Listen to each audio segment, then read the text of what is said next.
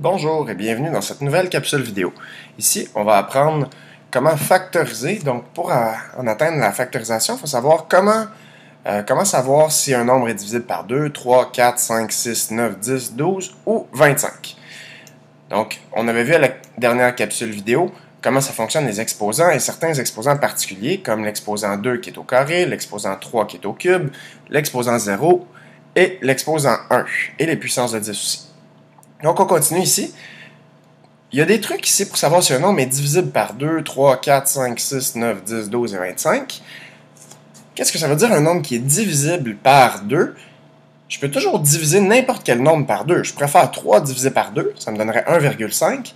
Mais ce nombre 3 n'est pas divisible par 2 parce que le résultat n'est pas un nombre entier. Donc, pour qu'un nombre soit divisible par 2, il faut que le chiffre des unités soit un nombre pair. Donc, peu importe les autres chiffres avant, pour les positions des dizaines, centaines, unités de mille, etc., si le chiffre des unités est un nombre pair, mon nombre va être divisible par 2. Mon nombre va être divisible par 3 si la somme des chiffres du nombre est un nombre qui est divisible par 3. Mon nombre va être divisible par 4 si je dois regarder les deux derniers chiffres. Si les deux derniers chiffres forment un nombre qui est divisible par 4, alors mon nombre au complet va être divisé par 4. Par 5, vous le connaissez déjà depuis longtemps, donc si le dernier chiffre est 0 ou 5, mon nombre va être divisible par 5. Pour qu'il soit divisible par 6, 6 c'est 2 fois 3. Donc pour qu'il soit divisible par 6, il doit être divisible par 2 et par 3. Donc si j'ai vérifié les deux contraintes ici, qu'il soit divisible par 2 et par 3, il va être divisible par 6. Divisible par 9, c'est semblable à divisible par 3, mais la somme des chiffres doit former un nombre qui est divisible par 9, alors que par 3, il fallait que le nombre soit divisible par 3. Par 10, ça va bien aussi, si le dernier chiffre est 0. 12, c'est 3 fois 4, donc mon nombre doit être divisible par 3 et par 4. Donc je dois vérifier les deux critères ici. Si mon nombre est divisible par 3 et par 4, il va être divisible par 12. Puis finalement, pour qu'il soit divisible par 25, le nombre formé par les deux derniers chiffres doit être divisible par 25. Donc là, on va en faire des exemples pour un peu mieux comprendre comment ça fonctionne. Donc si je veux savoir ici quels nombres parmi les suivants sont divisibles par 3, donc divisible par 3, la contrainte, il fallait que la somme des chiffres forme un nombre divisible par 3. Donc ici, j'ai 243, donc 243, 2 plus 4 plus 3 me donne 9. 9 est divisible par 3. Donc si la somme de mes chiffres ici, mes trois chiffres me donne un nombre qui est divisible par 3, donc oui, mon nombre au complet est divisible par 3. 565, si je fais 5 plus 6 plus 5, ça me fait 16. 16 divisé par 3, je peux le diviser, ça va me donner 5,33 périodique, donc à l'infini. Donc c'est pas un nombre entier, donc 565 n'est pas divisible par 3.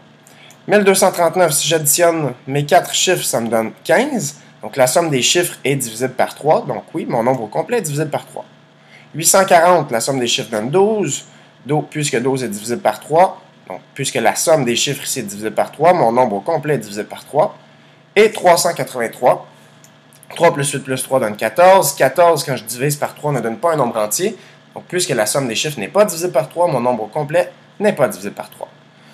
Si je veux savoir si c'est divisible par 12, donc par 12, on se rappelle qu'il doit être divisible par 3 et par 4. Donc je vérifie le critère de divisibilité par 3, comme je viens de faire, et par 4. On avait dit que par 4, les deux derniers chiffres, il faut que ce nombre-là soit divisible par 4. Donc 204. Si je veux vérifier s'il est divisible par 3, ben, je l'ai fait déjà plusieurs fois ici. Donc j'additionne mes chiffres, ça me donne 6. Et 6 est divisible par 3. Je regarde ensuite les deux derniers chiffres. Donc 4. 4 est divisible par 4, ça me donne 1. Donc puisqu'il est divisible par 3 et par 4, donc mon nombre au complet est divisible par 12. 123. Si j'additionne mes chiffres, ça me donne 6. 6 est divisible par 3. Donc ça va, mon nombre est divisible par 3. Maintenant, je regarde les deux derniers chiffres, 23. Donc 23 n'est pas divisible par 4, puisque ça me donne un nombre décimal.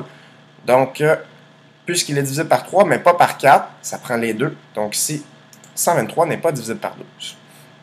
324, la somme des chiffres donne 9. Donc 9 est divisible par 3.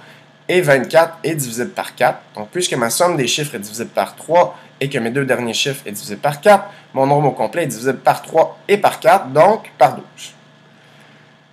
447, ma somme des chiffres donne 15, donc mon nombre est divisible par 3, mais mes deux derniers chiffres ici ne sont pas divisibles par 4, puisque ça me donne un nombre qui n'est pas un nombre entier.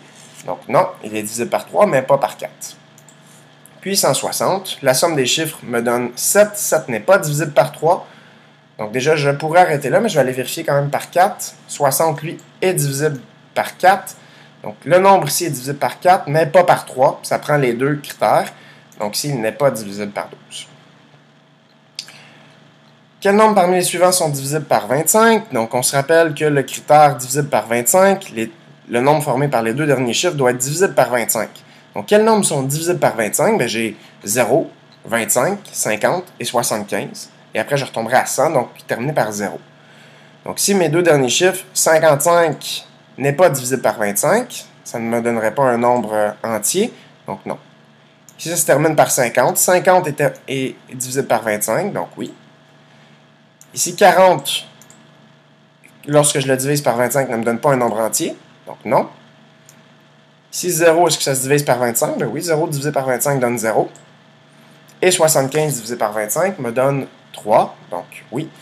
Donc quand ça se termine par 0, par 25 qui n'est pas ici, par 50 ou par 75, donc c'est les 4 cas. Donc quand ça se termine par ces 4 cas-là, mon nombre au complet va être divisible par 25. Donc merci de ton attention. À la prochaine vidéo, nous verrons les nombres premiers, les nombres composés et comment factoriser justement en se servant de ce qu'on vient d'apprendre ici. Merci.